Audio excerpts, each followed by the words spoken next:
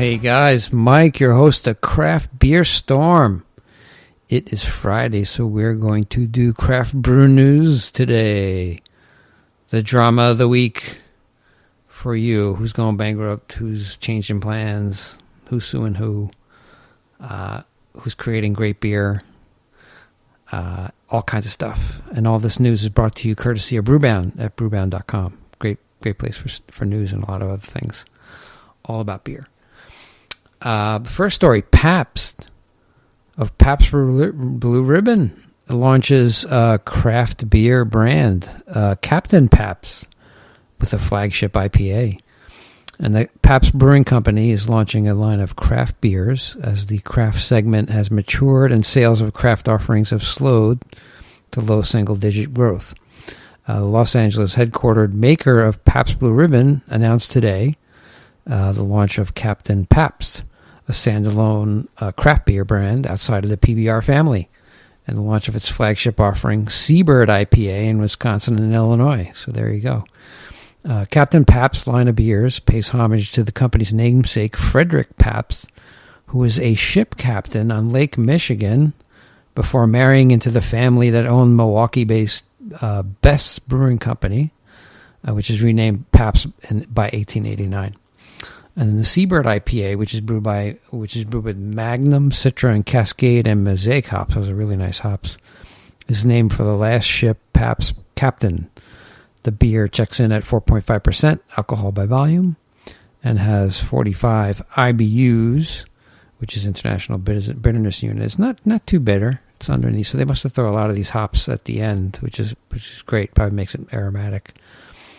It tastes great. Pabst beached the Seabird on the shore of Lake Michigan's Whitefish Bay in an 1863 storm, and then abandoned his nautical career for his father-in-law's brewery, and Pabst died in 1904. So he gave up being a captain of a ship, and he went to go make beer. And there you go. And now they made a beer after him. And that's the way craft beer goes. So very interesting. Next story, Boulder Beer Company to sell the brew pub building and transition to contract brewed brands. So Boulder Beer Company, they're doing all kinds of stuff. 3 months after announcing plans to pivot to a brew pub business model, the Boulder Beer Company today announced plans to sell its brew pub building and pivot once more to a contract brewing model. In an email Monday to Boulder Beer consumers, owner Gina Day announced that the brew pub will close on January 18th. 2 days from now. She wrote, some outside influences have recently transpired that led us to make business decisions we feel are best for the company. An opportunity to sell the building at 2880 Wilderness Place recently presented itself to us, which has led us to the decision to close the pub at Boulder Beer. So there you go. Pivoting and then pivoting again. In recent months, Boulder has announced several changes to its business model, citing increased competition in the craft brewing industry. In October, the company announced it would cease distribution of its 27-state footprint and retrench to a brew pub only model. So they were sprawling. They were like half the country. And then they retracted to the brew pub only model. And then, however, by December, Boulder Beer's model changed once more as the company announced a partnership with Denver-based contract brewery Sleeping Giant to brew and sell and distribute 6 Boulder offerings. So, I don't know. It's expanding, contracting, selling. So there's just a lot of stuff going on with that company. But they're just trying to figure it out, I guess. And that's how the craft beer industry is. It pivots, man. Pivots itself. I used to have my brewery, Bear Brewing Company. I used to have these nice 22-ounce bottles. They were awesome. I said, yeah, I can make money on this. Good margin. And then everything went to cans. So that thing went to hell. My business plan went to hell. So you just got to pivot and just, figure out what people want and do that, But we also have to make money. It's a business, right? So there you go. Hey, next story. Hard seltzer volume projected to triple by 2023. Man, hard seltzer is not a fad. It's a category. Brandy Rand, the COO of market research firm IWSR, declared today during Beer Business Daily's Beer Industry Summit in Palm Beach, Florida. Rand argued that hard seltzers are meeting consumers' desire for refreshing, flavorful beverages that are low in calories with little or to no sugar. And the seltzers are cutting across all demographics and age groups, she said. According to IWSR, hard seltzer volume in the U.S. hit around 82.5 million cases in 2019, and volumes are expected to more than triple to 281 million cases by 2023. That's only 3 years from now. Man.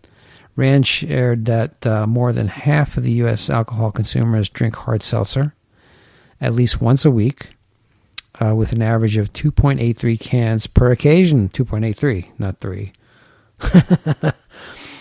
I guess they drink 3. Rand sees plenty of growth prospects for hard seltzer due to 90% of hard seltzer sales occurring at off-premise retailers, and less than 1% of those transactions being made through e-commerce. So a lot of people are buying them at stores. They're not going into bars, which makes it easier. They just pick it up and they can go home and do whatever they want with it. So that's where most of the volume is going. But hard seltzer, man, it's crazy. These stories keep coming up. Last story, Don Bishel Jr. starts 3-tier beverages consulting firm, and he's the former Revolution Brewing Chief Commercial Officer. Don Bishel Jr. has launched 3-tier beverages, a Chicago-based sales and marketing consulting firm.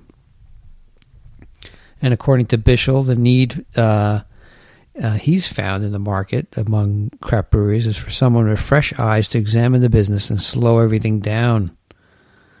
He might help Boulder Brewing Company.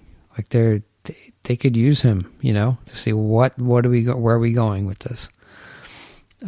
Many companies are growing at such a fast rate that they have forgotten while they're in the industry in the first place, and what their brand means to them, and what message they're trying to put out to the world about their company, he added, which makes a lot of sense.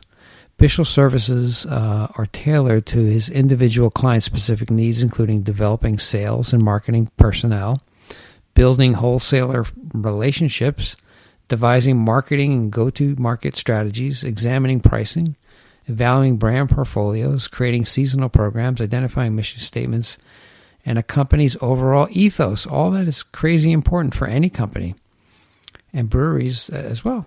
So I think it's a good thing. Bishel joined Revolution in 2012 as sales and marketing director and helped to shepherd the then brew pub to an 85,000 barrel regional craft brewery. What? With distribution in 7 states. Crazy. His resume includes sales leadership stints at Miller Coors, Goose Island, Heineken USA, and Dogfish Head Craft Brewery. He's been around. Since departing Revolution, Bishel has said he's learned more about the craft beer industry over 2 months than he did over the last couple of years due to being dialed into the Chicago Craft Brewery's rapid growth. So I got to get this guy on the podcast. He knows a lot. And it's funny. He says he learned more in the last 2 months than in the last several years. I guess he was in it, the forest from the trees, I guess, thing. But yeah, he's doing a good thing. He's on target, and a lot of breweries could probably use his help. And doing good things. All right. That's our craft beer brew news for today. I hope you enjoyed it. If you like what we're doing, go on to iTunes, give us a rating, give us a review, subscribe to the podcast. You get a download automatically. We do 3 a week. Mondays we do an interview with somebody in the craft beer industry. It could be a founder, a brewer, could be a canner, could be people who design cans. We just had beer awards we had on. They're giving beer awards for marketing, because marketing is huge. For getting your beer out. You have to present a brand. You can have awesome beer and put it in a crappy can, with a crappy label, and nobody will buy it. But if you, communicate what you're standing for and what the beer is about, that's what people want to know. And then on Wednesdays, we do beer styles. We go down the Great American Beer Festival list. There's over 100 different styles, and they have subcategories too. So I figure there's around 200 different styles of beer, if you really want to know. Not just lagers and, IPAs. There's a lot of other different types of beer, which are fantastic. And then Fridays, we do the Craft Brew News, which we just did. That's our Craft Brew News for today. It's Friday. Have a great weekend. Go visit your local craft brewery. Give them your support. Tell them I sent you, and tell them I'm going to get them on the podcast. So if anybody you can refer me to, let's have them on. Keep drinking that craft beer, and we will talk to you on Monday with a great new interview. Have a great weekend. Take care.